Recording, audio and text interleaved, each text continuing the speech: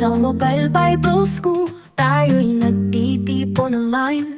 Sa tahanan man o saan ka man, naroroong tunay kaalamang makalangit at biblikal na aral ay makulay.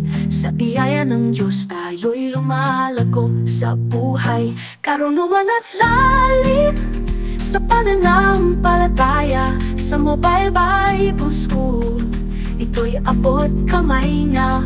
Sa bawat aralin, tayo'y na. Warm o cool?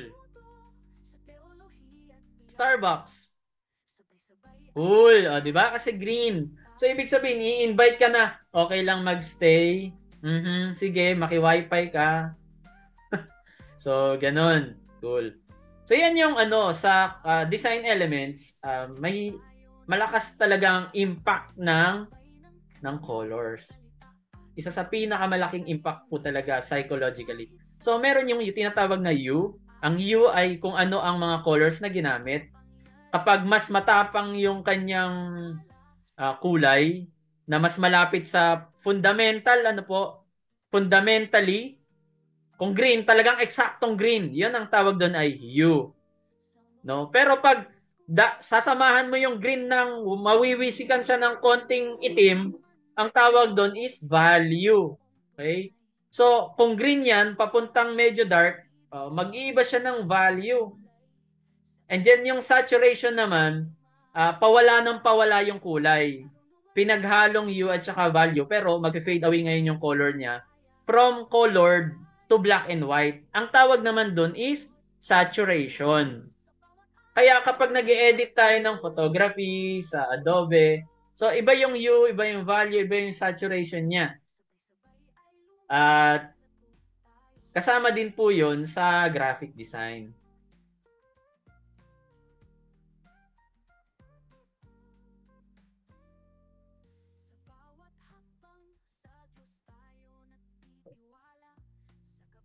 So sa color wheel, naranasan niyo po bang nagkaroon ng favorite color nung kayo ay bata? So, kung kayo ang nasa color wheel, saan kayo diyan titira? 'Yon, ganoon na lang. Saan niyo i-spend yung buong buhay niyo? Sa color wheel. Yan. At bakit? Ang sagot niyo agad. Thank you for that beautiful question. Kung kayo ay titira sa loob ng color wheel, hindi, tama. So, ang sagot ni Sister Risa, yellow. Ang sinagot din niya kung bakit. Kasi happy color daw siya, yung yellow. Isang color lang, Sister Mirna, isa lang. Alin sa tatlo? Alin sa primary? Yan. So, Sister Opo o Brother Opo, ano pong name nyo? Pa-edit nga ng name nyo. Hindi ko kayo matawag. Opo lang nakikita ko dito eh. Green daw sa kanya. Red naman kay Sister Mirna. Ba, mapusok.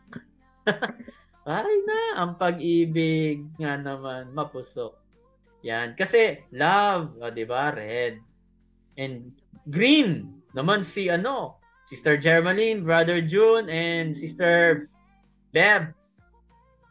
Blue naman si Brother Francis. Okay. Ay, hindi nyo dinugtong kung bakit. Dapat medyo dinudugtong nyo kung bakit. Kaya nga at bakit sabi ko eh. Minus points tuloy. Kasi walang why. So, sa mga napili nyong color, ano ka? Primary ka o secondary? So, hindi na color sasabihin natin. Primary, secondary, or tertiary? Oh. Kasi ako, si Brother Allen. Oo, hindi nakaano po yung name nyo sa Google. Kaya ganun. Sa Zoom. Oo. Ako ang gusto ko blue-green. Parang dagat, ganun. Pero tuktok sa dagat. Ayokong punta sa pinakamalalalim. Yung color lang ng dagat. Parang kung titira ko, gusto ko sa seaside. Yan, nakikita ko yung tagpuan ng langit at ng impyerno. Impyerno tuloy. Langit at ng dagat. At yung tagpuan ng dagat at saka lupa. Yun, parang gustong-gusto ko talaga yun na i-draw din. So, yan. So, thank you for your beautiful, beautiful answer, mga kapatid. And last but not the least, gagawa ngayon tayo ng color grade. Try nyong i-type.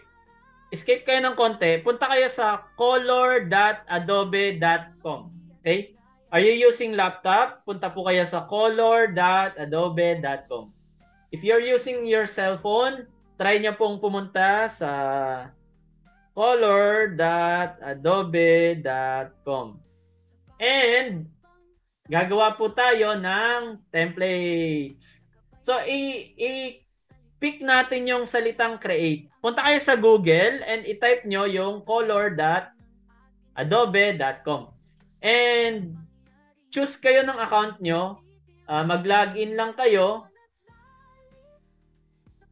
Login kayo dyan. So, kung ano yung gusto nyong account na gagamitin. And then, ayan. So, papakita ko lang din yung adobe.com dito sa ating screen. So, ang alam ko nakahanda na rin eh. So, wala. Naalis. color.adobe.com. Maglalaro tayo. Create tayo. Pindutin natin ang create. Ayan, nandito na tayo sa create. So, makinig. Nandito na tayong lahat. Mag-say tayo ng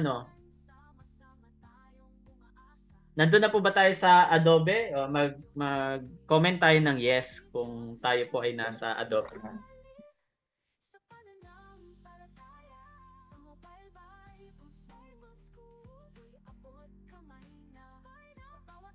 So, pa-recognize kung kayo po ay nasa adobe.com na or naliligaw pa kayo ng landas. Baka napunta naman kayo sa Facebook. Mamaya na kayo mag-scroll sa Facebook at saka sa YouTube Reels. Punta tayo sa adobe.com. So, instruct natin, ituturo natin yung tinatawag na mga color schemes. Okay? At doon tayo makakabuo ng templates ng ating design. Okay? So, ano yung mga color schemes? So, may mga different kinds ng color schemes. Umpisahan natin sa tinatawag na analogous. Analogous colors are colors that sit next to each other. Magkakaklase sila. Okay, magkaklase. Yung mga magkakatabi, sila yung magkakaklase, magkakabatch. Mga analogous ang mga tawag dyan. Analogous? So, they often blend harmoniously and are used to create cohesive and serene design. For example, yellow, green, and green. Ang tawag doon, analogous design. Okay? Kung yung green, green, and blue, ayan, analogous design. Kaya, sa ating color wheel, nakikita niyo po ba yung color wheel sa aking screen? Yes or no? Yes po. Ayan.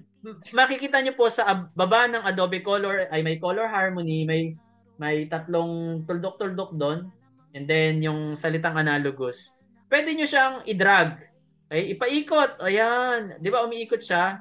Pwedeng pumunta sa epicenter or core. Pwede siyang mapunta doon sa outer layer. Okay? Naidadrag po yan. Pwede nyong paikot-ikutin. Tapos makikita nyo sa baba niya yung mga color na lalabas. Yan. So, ang color scheme ng magkakaklase na ito ay analogous. Okay? So, pag nakita kayo ng design na halos magkakatabi lang, halos magkakaparehas yung kulay, ang tawag doon, maganda yung design mo. Analogous siya. Yun, talaga. Meron ng mga, mga terminology ng artist. So, analogous, maliwanag po yan, analogous. So, try natin i-drag dun sa medyo madilim or mainit na temperature. Analogous. So, ito. May template ako dito ngayon ng analogous sa baba. Okay. So, ngayon, pwede nating i-save yan. May nakasulat na save. Try nyong pumili ng isang favorite nyo na tinanong ko kanina, di ba? Kung kayo'y titira. So, anong color yon? So, doon nyo ilagay ngayon yung gusto nyo na color. Ako dito sa light blue. So, itong pinaka-center, ilalagay ko siya sa light blue. And then, yan yung magiging color scheme ko. Ayun. So, ang color scheme ko, parang, ang tawag dito, pastel. Diba? Pastel color siya. Yung sa akin. Ewan ko yun sa inyo. So, ngayon, isi-save natin yan. Save. Pindutin yung save. Minsan, ayaw niyang mag-save kasi hindi pa kayo nakalagin. So, you have to log in. Type niyo yung inyong email and then yung password nyo para log in po kayo. Or sign in. So, yung sagot nyo po, ipapasa nyo po kasi yan sa akin. Yan na po yung assignment nyo eh. O, biruin nyo, tinuturuan ko kayo ng inyong assignment. Saan kayo doon? Yung teacher nyo may pa-assignment pero pinapagawa na sa school. Tinuturo na kung paano gawin. Parang yung no, kay Sir Aaron, yung assignment niya na ay yung mata, activity talaga, assignment talaga yun. Mukha ata yun, mukha. Sino na nakagawa sa inyo? So actually, pwede nyong i-apply yung iba't ibang color sa mukha na yon. Kaya magiging graphic design type siya, yung itsura ng mukha, kapag hindi siya realistic. Pwede mong ibahin sa magitan ng paggamit ng template or color schemes or palette. Yun yung mga terminology. So, palette yung pinakasikat ngayon na terminology, palette. So, na-save na po ba? Magsabi tayo ng yes. Iba naman po lumalabas dun sa Adobe. Ano pong lumalabas? Mechado? O apritada? Sister Risa. Color.adobe hindi ko nga alam, Adobe. Adobe.com. Adobe kasi Adobe. Adobe. Pag English accent, Adobe. Adobe. Pilipino tayo, di Adobe. Pag gutom na kayo, di adobo. Hindi pa ako nag-dinner. So next na tayo para alas 10 makapag-dinner tayo. No? Next, color scheme. Balik tayo sa lecture. Triadic colors. Ano naman yung triadic colors? Ang triadic colors are three colors that are evenly spaced around the color wheel. Actually, yung primary, secondary, at saka tertiary, they are all triadic colors. Okay? Kung gagawa ka ng perfect triangle. So, dapat mag-form siya ng perfect triangle. Ha? Hindi pwedeng isosceles, hindi pwedeng scalene, hindi pwedeng right triangle. Dapat ay perfect triangle. Okay? So, ayan. Ngayon, yung three colors na yon na may evenly spaced around the color wheel forming a triangle. So, yun ang tinatawag na vibrant and balanced, like yung RBY or red, blue, yellow, and green, purple, orange. So, yan. So, triadic. Ngayon, punta tayo sa color wheel. Piliin natin ngayon yung triad. Analogous and then next triad. Mag-triad muna tayo. Skip nyo muna yung monochromatic. Analogous. Yun.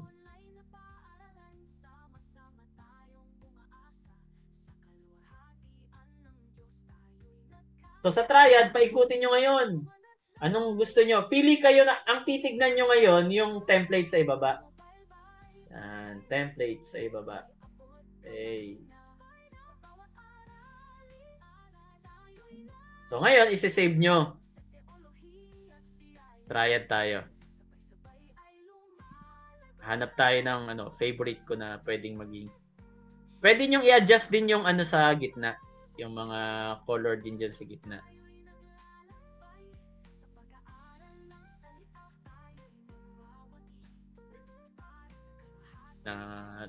Itong color scheme, medyo masyadong strong. Light blue. Baba natin ng konti. Masyadong strong yung blue niya. Pwede nyo i-adjust. Ayan. And then, save.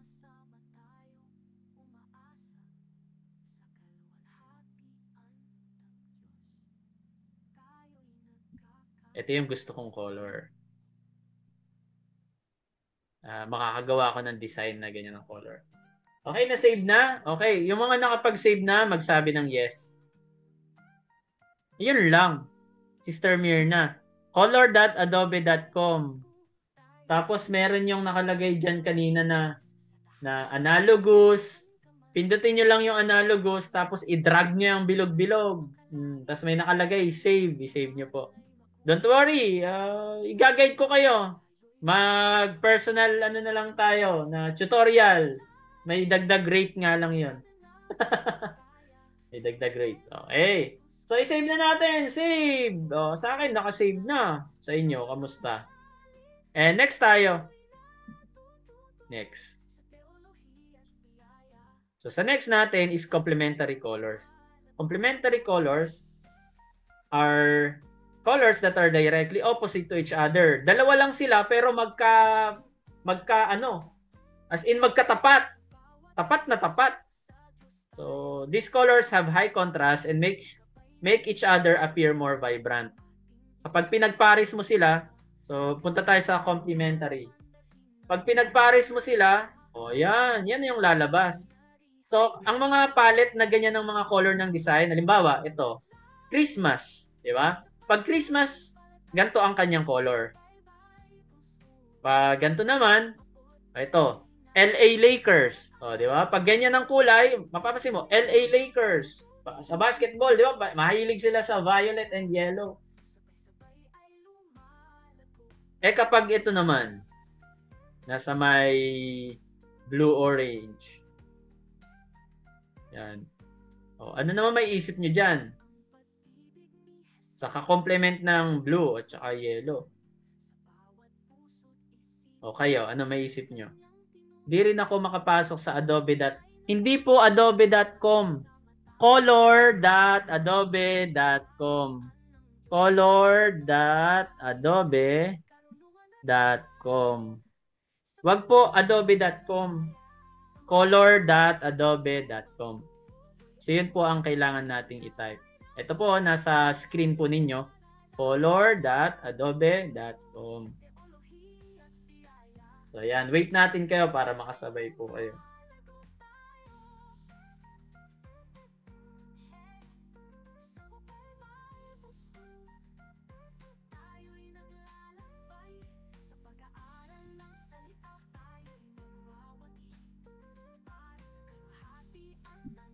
Okay. Sa mga nakapag-save na,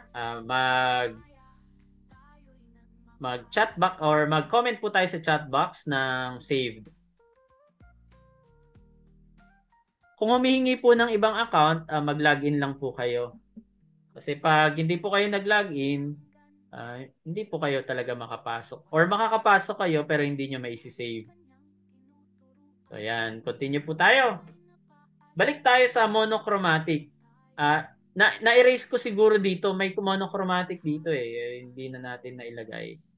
So wala kasi ditong gradient ng lightness and saturation, kaya hindi ko nailagay dito yung monochromatic. So try natin gumawa ng monochromatic. Punta tayo sa adobe.com and piliin natin yung monochromatic. Ano ba ibig sabihin ng monochrome or monochromatic? Actually, it refers to a color scheme po yun na one base color lang. Kung red, puro red. So, straight lang siya. Kung ang complementary ay isang straight na kasama yung kaaway niya sa kabila, itong kaaway niya sa kabila, kaya complement sila. Ito naman, as in isa lang, mag-isa lang siya. Loner monochrome. So, one base and may various shade or tints. Iba't ibang tinta. Nadadarken po siya or nalalighten. Sabihin na lang natin, iba-iba yung kanyang saturation. Yan. And it allows a cohesive and harmonious look in the design. So monochromatic schemes are often used to establish unity and simplicity, while still providing enough visual interest through the different variation of the color. At isa ako sa mahilig gumawa ng watercolor painting na ang gamit ko lang na kulay ay blue. So lahat as in, mula sa lupa, halaman, tubig, langit, blue lahat. So iniiba ko lang siya, nilalagyan ko lang siya ng it's either black. Ganon. Or mas hindi siya pinapatapang.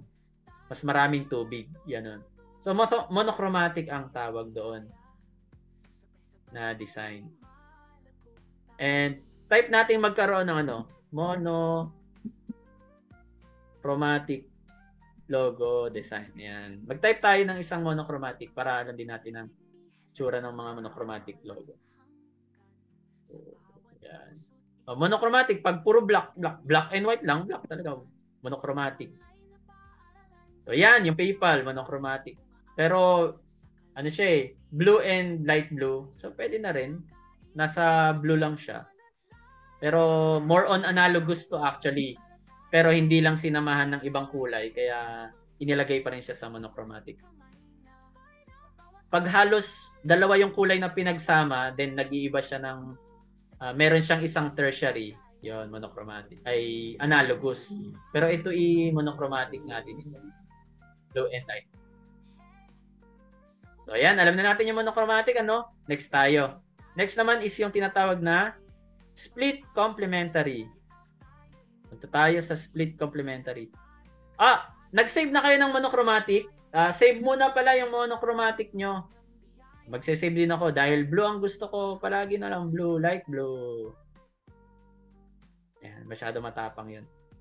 So, yan, para medyo classic. Save na sa akin.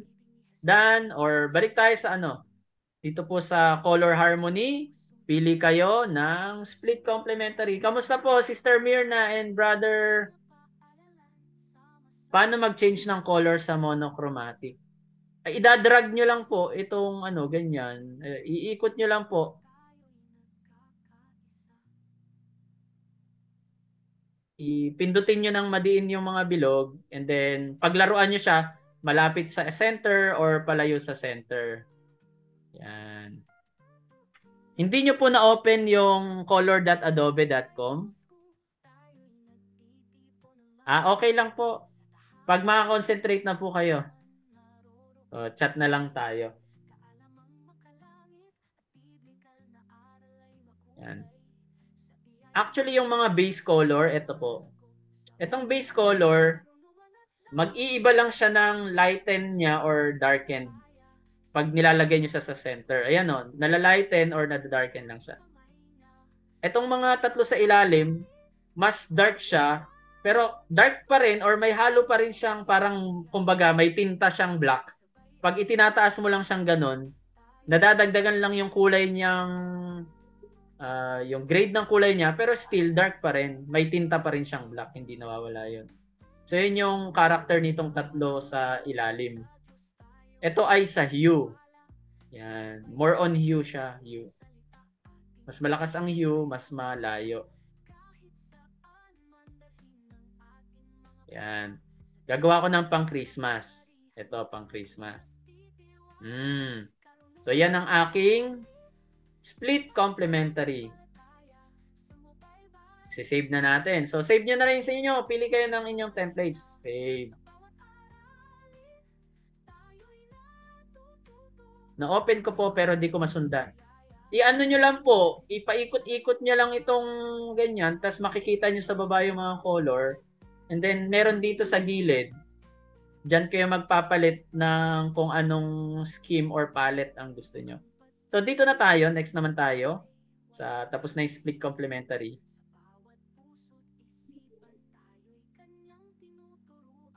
Punta naman tayo sa square colors. So, ang square color, matik, pag may nakita kayong square color. Yeah.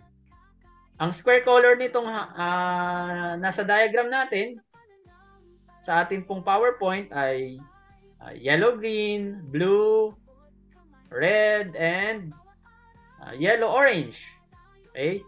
So, pag pinaikot natin, mag-iiba siya. O, yan. Ito na ngayon yung tinatawag na square colors.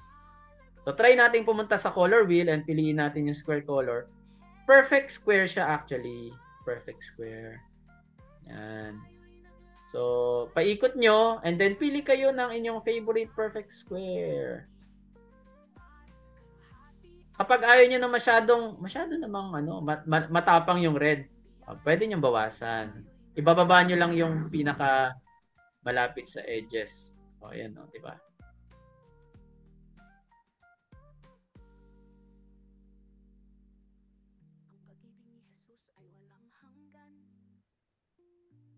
Square color palette. O, save. Ayan, may palette na rin ako ng square color.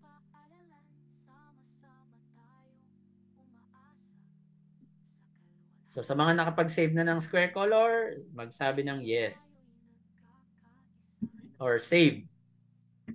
And last but not the least, pipili tayo sa lahat ng palette color na na-save nyo. Pupuntahan nyo mamaya. I-insert naman natin ngayon yan sa Canva. Kaya dapat may Canva kayo sa cellphone. Kung wala man, panoorin nyo na lang po ito ulit. Itong ating video. Compound. Yung compound naman, may isang complementary and then meron bigla siyang nag-split. Yun yung compound. Complementary and then nag-split siya. And pili tayo ng isang compound and then save.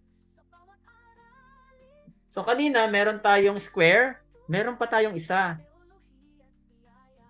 Maliban sa square, meron din tayong tinatawag na tetradic. Ang tetradic naman, para siyang rectangular. Okay? Or, dalawang complementary color na kailangan makabuo ka ng rectangle. Yan. So, ito makikita nyo sa baba. Ito yung mga schemes ng tinatawag na tetradic.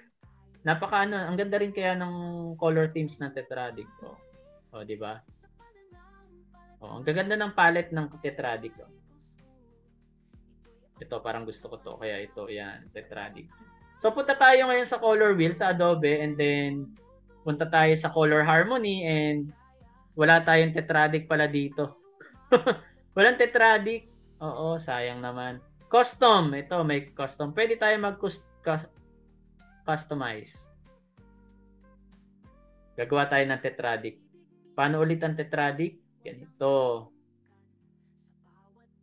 Yan. So, ganyan ang tetradic.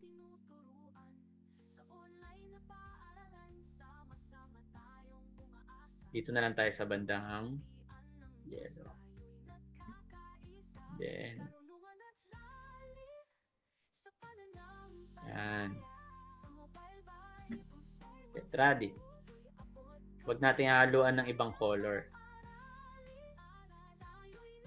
Ayun, konti. Tawas. So, yan. Yan ang tetradic ko. So, kayo, gawa rin kayo ng tetradic nyo and save natin. So, perfect, siya? Perfect rectangle. Na parang meron lang siyang isang bakante o nag-skip siya ng isang color scheme. It's either primary, secondary, tertiary. Basta i-skip niya yung isang yon. May isang laktaw. So, ganyan ang tetradic. So, ito yung tetradic ko na color. May-save ko na din. Meron pa dito sa color.adobe.com na na wala doon sa lecture natin yung shades. Okay. So, ayan. So, tapos na tayo. Praise the Lord. And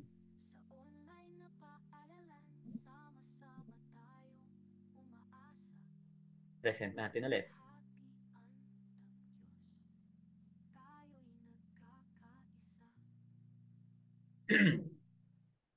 Balik tayo sa ating screen. Magkakaroon tayo ng sa pangwakas nating quiz or exercise. Ngayon, itong first picture, nakikita nyo color siya, pink or nasa reddish or warm color siya, di ba? So, ano ang color scheme kaya na pwedeng itawag dito? Huwag kayong mahiya. Type natin. Is this analogous, complementary, clash? Ano sa tingin nyo?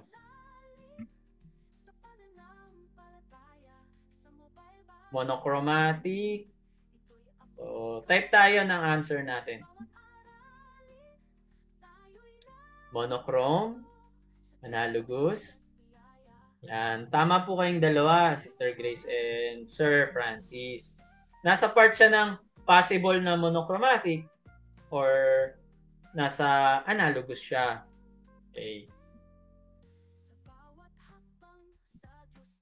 Ulitin ko yung analogous, meron siyang gitna na umaagaw mula sa kanyang katabing scheme. Kailangan parang isang primary, secondary, at saka isang tertiary. So, tatlo sila. Isang primary, isang secondary, isang tertiary. Tapos, dikit-dikit. And, excuse me. Ito namang second picture natin. So, anong color siya? Blue at saka orange. So, ano kaya yung blue at saka orange? Yan. Tingin tayo sa color wheel. Ano kaya yung blue at saka orange? Yan. Blue, tapos orange. Aba, umiwalay. Nandito sa kabila.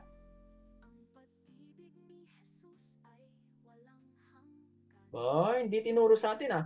Ang tinuro lang sa atin, blue at saka yellow. O kaya red at saka complementary. Pero hindi naman complementary yung blue at saka orange. Ano kaya yun? Sige nga, masasagot nyo kaya.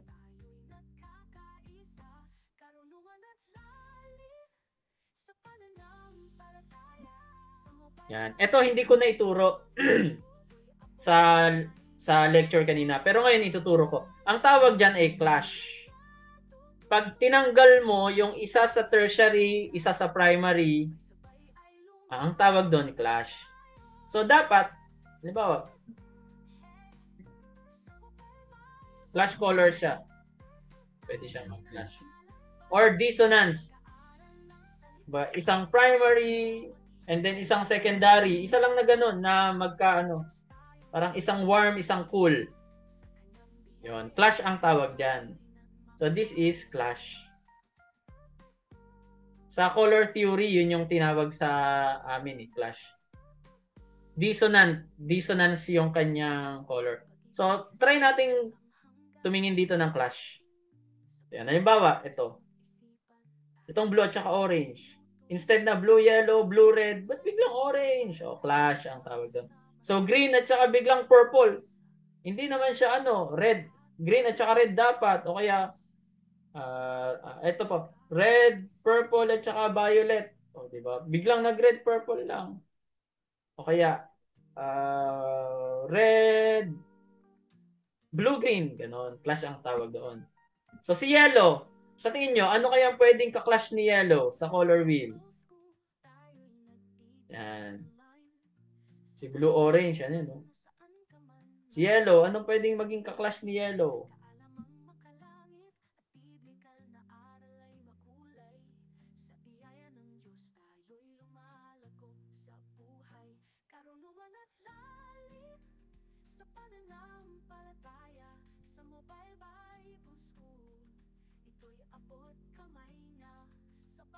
Oh, blue-orange. Ano tong blue-orange? Oh? Complementary din siya.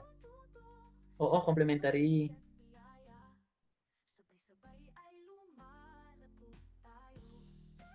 Red. Pwede rin. Dissonance. Oh, itong dalawa. Violet and yellow. Tingin ulit tayo dun sa violet and yellow. Sa color wheel natin. Kay adobe.com. Pwede kayong tumingin kay adobe.com. Tapos ito, yellow, orange, at saka yellow-orange. O, yan. Ano kaya itong isa? So, itong violet and yellow ay... Sige po, Sister Germaline. Complementary. Okay, complementary. At itong orange naman, yellow, at saka yellow-orange. Dikit-dikit. Dikit-dikit ng kulay. Yan, sagot po tayo. Anong sagot natin?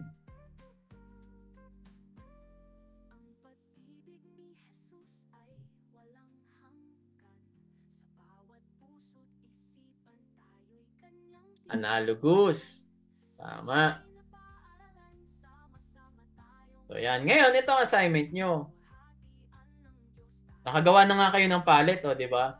Meron na kayong palette ng analogous, triadic, complementary. Tetradic lang ang wala, no? And then, sa shade, meron na kayo. So, nagkaroon tayo ng example ng palette, kung ano yung palette ng primary, secondary, at saka tertiary. So, ang dali lang makagawa. So, itong example ng palette, hindi yan ang assignment nyo. Ito lang pong 7 nandito. At nagawa nyo na po lahat yan, maliban sa tetradic.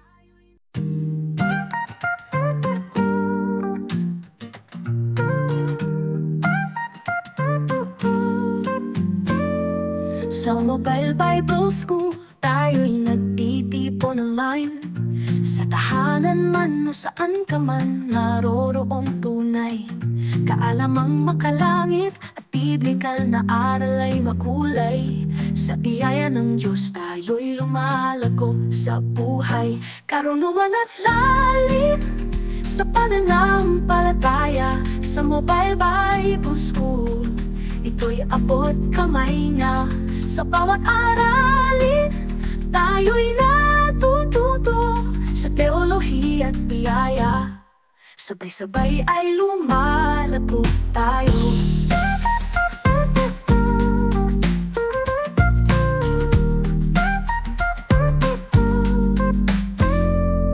Sa bawat hakbang, sa Diyos tayo nagtitiwala. Sa gabay ng Kanyang salita, ating inaakay ang iba. Kahit saan man dalhin ng ating mga paa, sa Diyos na makapangyarihan tayo'y nagtitiwala. Karunungan at lalim sa pananampalataya. Sa Mobile Bible School, ito'y abot kamay na. Sa bawat aralin, tayo'y natututo. Sa teolohiya at biyaya, sabay-sabay ay lumalago tayo.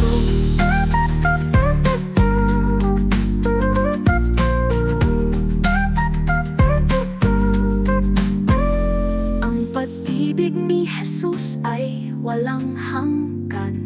Sa bawat puso't isipan, tayo'y Kanyang tinuturuan. Sa online na paaralan, sama-sama tayong umaasa. Sa kaluwalhatian ng Diyos tayo'y nagkakaisa. Karunungan at lalim sa pananampalataya.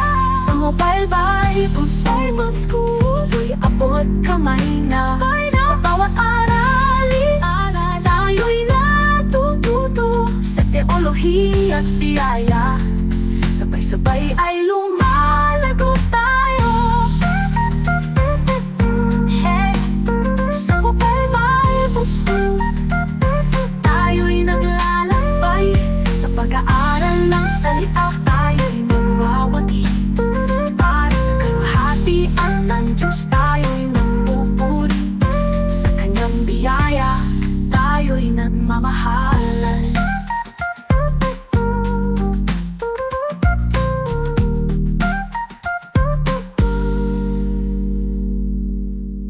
Pag-ibig ni Jesus ay walang hanggan. Sa bawat puso't isipan, tayo'y Kanyang tinuturuan. Sa online na paaralan, sama-sama tayong umaasa. Sa kaluwalhatian ng Diyos, tayo'y nagkakaisa.